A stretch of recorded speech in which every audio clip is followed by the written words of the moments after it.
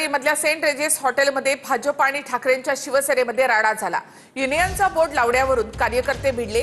यावेळी पोलिसांनी मध्यस्थी केली तर राडा करणाऱ्यांवर कारवाई होईल असं मुख्यमंत्री देवेंद्र फडणवीस यांनी म्हटलं आहे।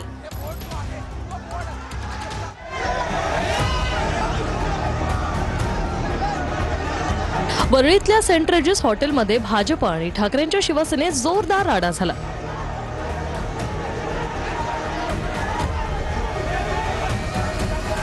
युनियनचा बोर्ड लावण्यासाठी भाजप कार्यकर्ते हॉटेलमध्ये गेले। त्यांनी युनियनचा बोर्ड लावण्याचा प्रयत्न केला। त्यावेळी ठाकरेंच्या शिवसेनेच्या कार्यकर्त्यांनी त्याला विरोध केला। यावेळी दोन्ही बाजूचे कार्यकर्ते एकमेकांच्या अंगावर धावले।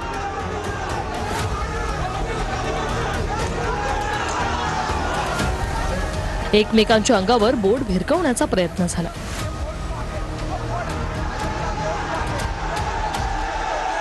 हे सर्व बाहेरून आणलेली पोरं आहेत। एक ही या विभागात तुम्ही मला दाखवा की ह्या विभागातला कोणतरी आहे। आम्ही इथं स्थानिक लोक आहेत, आम्ही मिळून मिसळून काम करतोय। इतके वर्ष युनियन चालवतोय। इथं भारतीय कामगार सेनेचं वर्षानुवर्ष युनियन आहे। प्रत्येक वेळी ही लोक अशीच पद्धतीने सत्तेचा गैरवापर करण्यास बघत आहेत। 10 वर्ष जर त्यांना न्याय हक्क मिळाला नाही कामगारांना, म्हणून ते कामगार आमच्याकडे आलेले आहेत।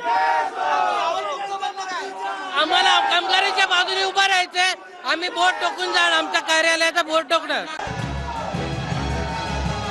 दोन्ही बाजूच्या कार्यकर्त्यांना आवरताना पोलिसांची चांगली जमछक झाली।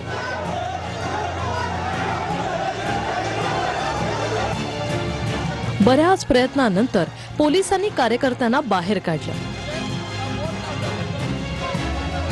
याआधी विमानतळ आणि मुंबईतील पंचतारांकित हॉटेलमध्ये भारत आणि ठाकरेंचे शिवसेनेत असेच वाद झाले होते।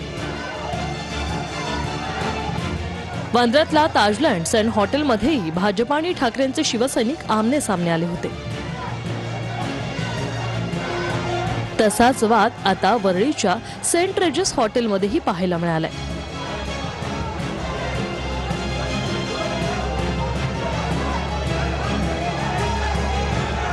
युनियन काढायचा सगळ्यांना अधिकार आहे। प्रत्येकाने युनियन काढावी, पण कुठल्याही युनियनने कुठल्याही हॉटेलमध्ये किंवा जिथे युनियन आहे तिथे राडा करणं मात्र हे मान्य नाही। ती कोणाची असो, राडा मी होऊ देणार नाही। त्यावर कारवाई होईल।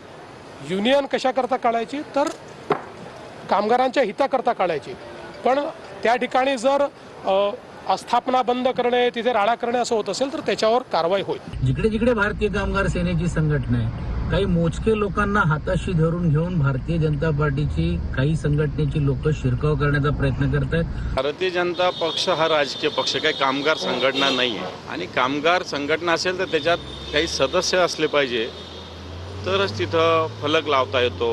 परंतु मॅनेजमेंटवर दबाव आणून राजकीय सत्तेचा गैरवापर करून भारतीय जनता पार्टी स्वतःच्या संघटना ज्याच्यात सदस्य शून्य आहे अशा पद्धतीनं अशा ठिकाणी लावण्याचा प्रयत्न करतात।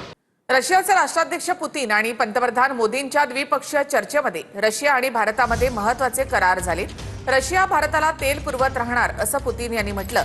त्यामुळे दोन्ही देशांनी ट्रम्प यांच्या टॅरिफचा दबाव झुगारल्याचं स्पष्ट झालंय। अमेरिकेच्या टॅरिफच्या धमकीनंतर जगाचं लक्ष पुतीन यांच्या भारत भेटीकडे लागलं होतं। पुतीन यांच्या 2 दिवसांच्या भारत भेटीत दोन्ही देशांनी ट्रम्पच्या दबावाला झुगारल्याचं स्पष्ट दिसलं। रशियाकडून तेल खरेदी करू नये यासाठी अमेरिकेने भारतासह अनेक देशांवर दबाव आणला होता।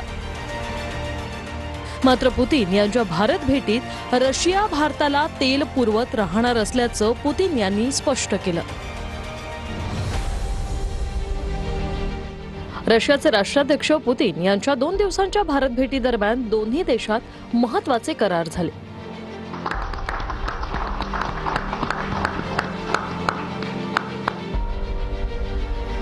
सर्वात महत्त्वाचं म्हणजे अमेरिकेचा विरोध असूनही रशिया भारताला तेलाचा पुरवठा सुरू ठेवणार आहे।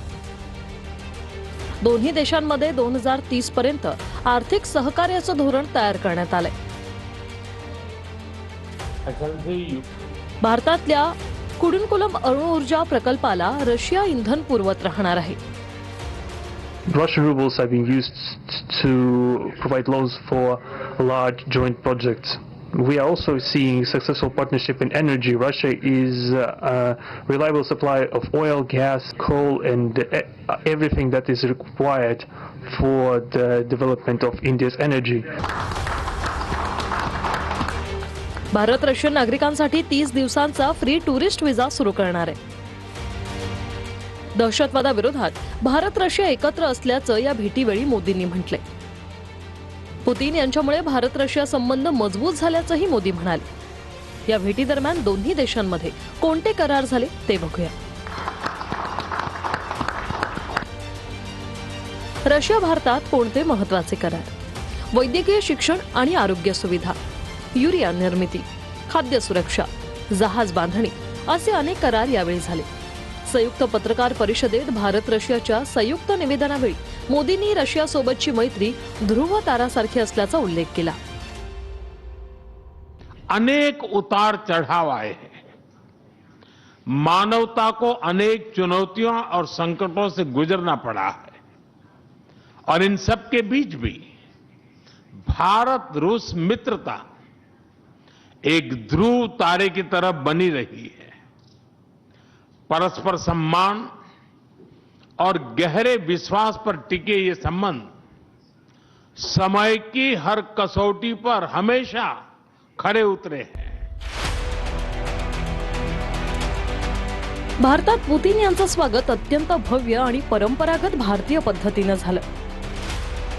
पंतप्रधान नरेंद्र मोदींनी पालम विमानतळावर पुतीन यांचं स्वागत केलं.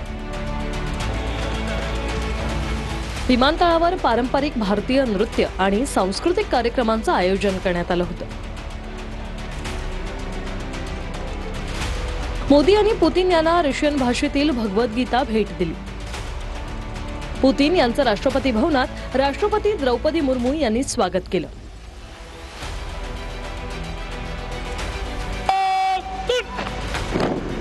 राष्ट्रपती भवनाच्या मुख्यद्वारावर पुतीन यांना गार्ड ऑफ ऑनर देण्यात आला.